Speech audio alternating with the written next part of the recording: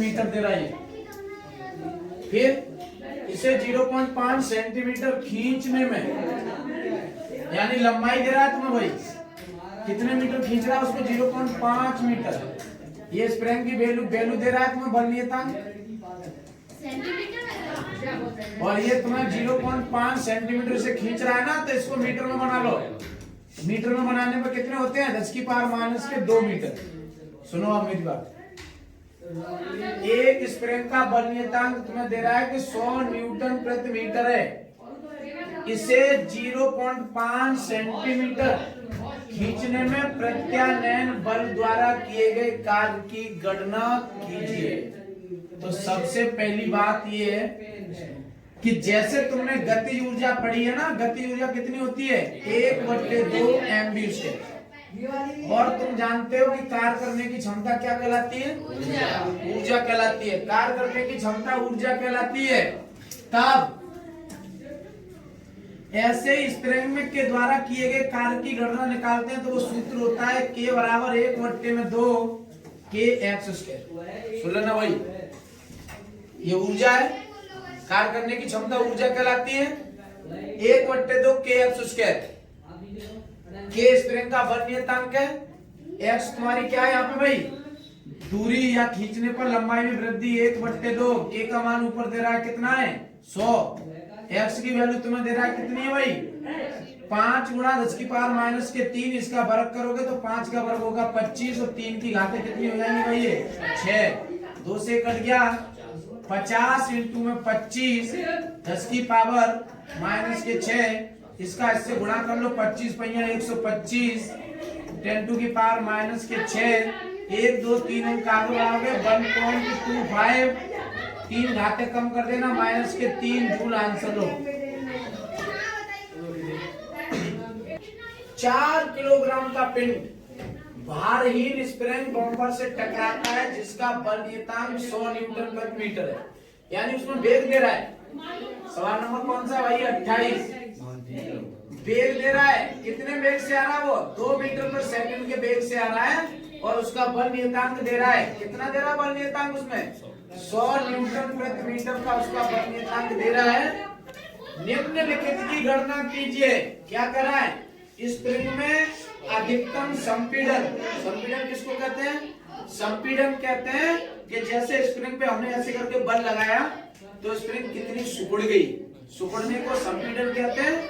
वो अगर ऐसे करके बल लगाते हैं ना, ऐसे करके बल लगाने पर स्प्रिंग क्या होती है, बढ़ती है।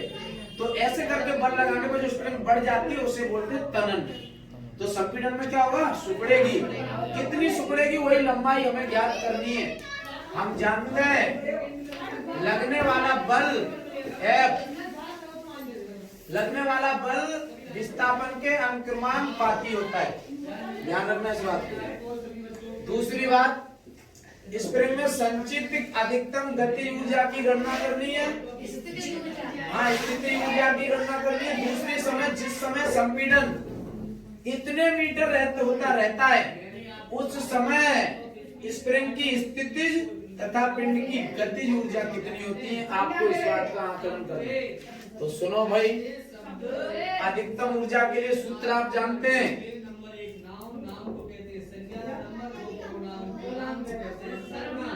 अभी मैंने तुम्हें सूत्र बताया कि गति ऊर्जा K बराबर 1/2 x² होती है, होती है कि नहीं।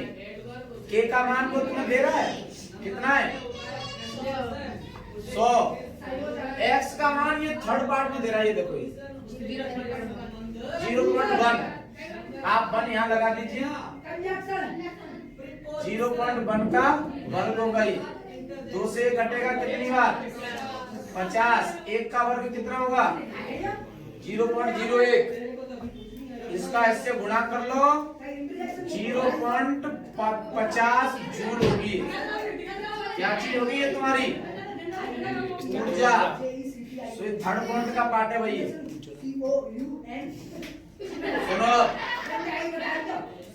100 न्यूटन से गिर रहा है, 2 मीटर पर सेकंड के वेग से आता हुआ, कितने किलोग्राम का पिंड है वो, 4 किलोग्राम का पिंड है।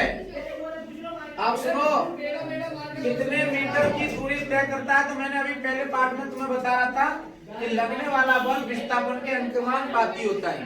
ध्यान रखना, जब किसी स्प्रिंग पे हम आप ऐसे करके बल लगाते हैं ना, तो लगने वाला बल स्प्रिंग के नियतांक यानी स्प्रिंग की लंबाई के अनुक्रमानुपाती होता है।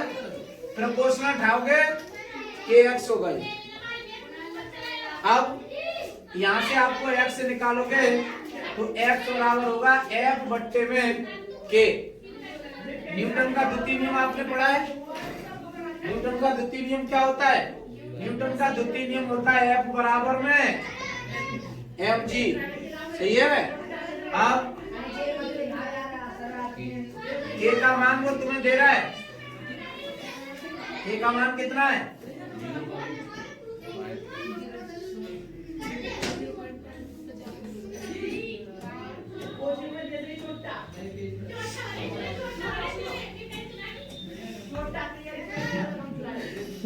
m का मान दे रहा है 4, g का मान आप जानते हैं 10 होता है, k का मान तुम्हें दे रहा है कितना? 100। इससे कट गया, 10 का भाग दोगे विस्थापन आएगा 0.4 मीटर का। कितना आ रहा है? ये लिखा देखो, ये कितना आ रहा है? स्थिति ऊर्जा कितनी आई है? 0.5। देखो ये लिखिए कि नहीं? सुनो अब मेरी बात को।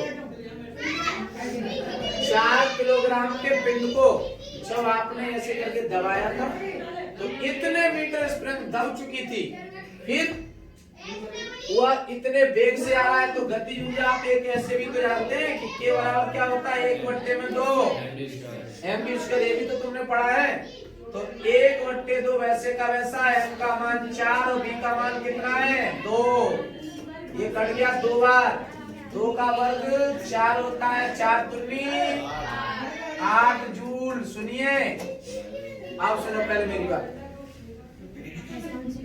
2 मीटर पर सेकंड के वेग से आता हुआ कितने किलोग्राम का है वो?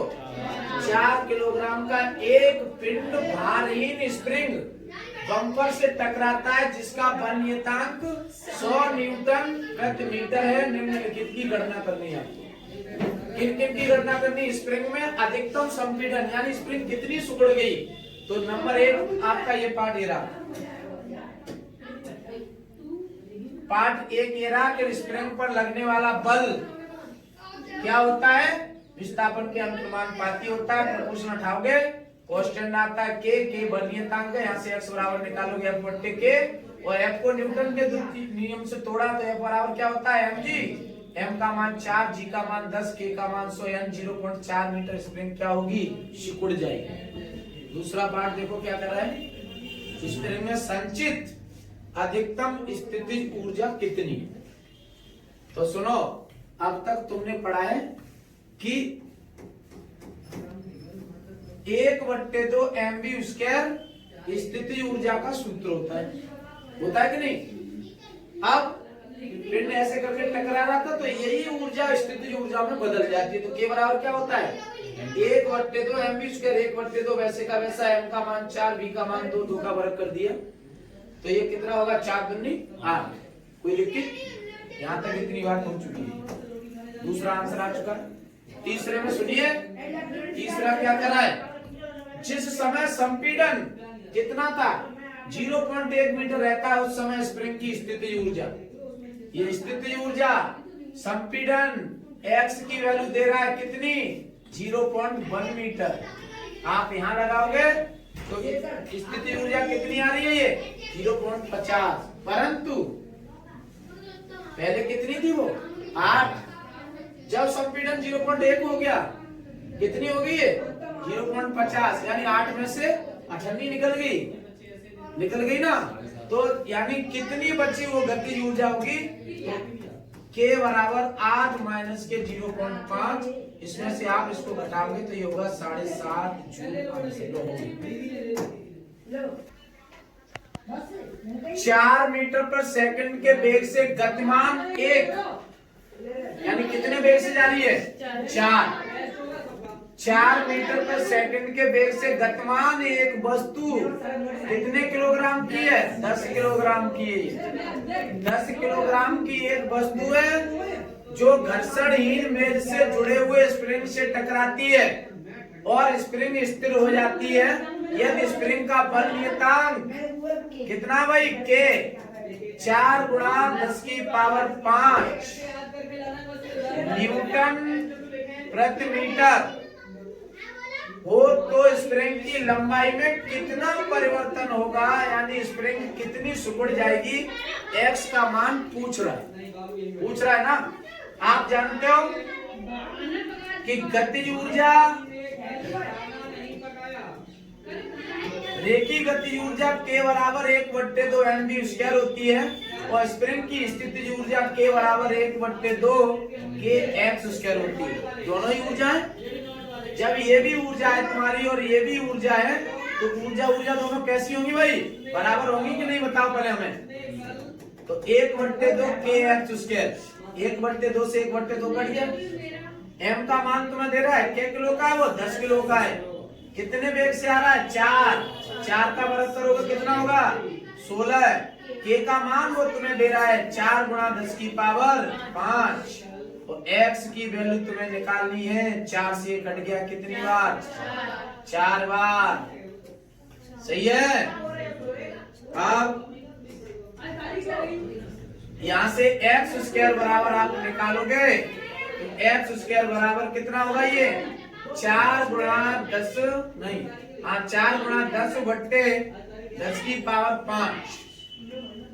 आप 10 की पावर 5 को ऊपर ले जाओ, 4 गुणा 10 की पावर माइनस के 4 बचेंगी, क्योंकि 5 ऊपर जाएंगे माइनस की 10 पहले से यहाँ एक घात प्लस के सर में उपस्थित है।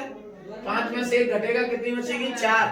ये इधर से वर्ग घटाओगे तो क्या आ जाएगा यहाँ पे? ये अंडर रूट, इसको बाहर निकाल दीजिए। 4 का वर्गमूल 2 होता है और 4 घात की क्या घात हो जाएंगी? ये आधी।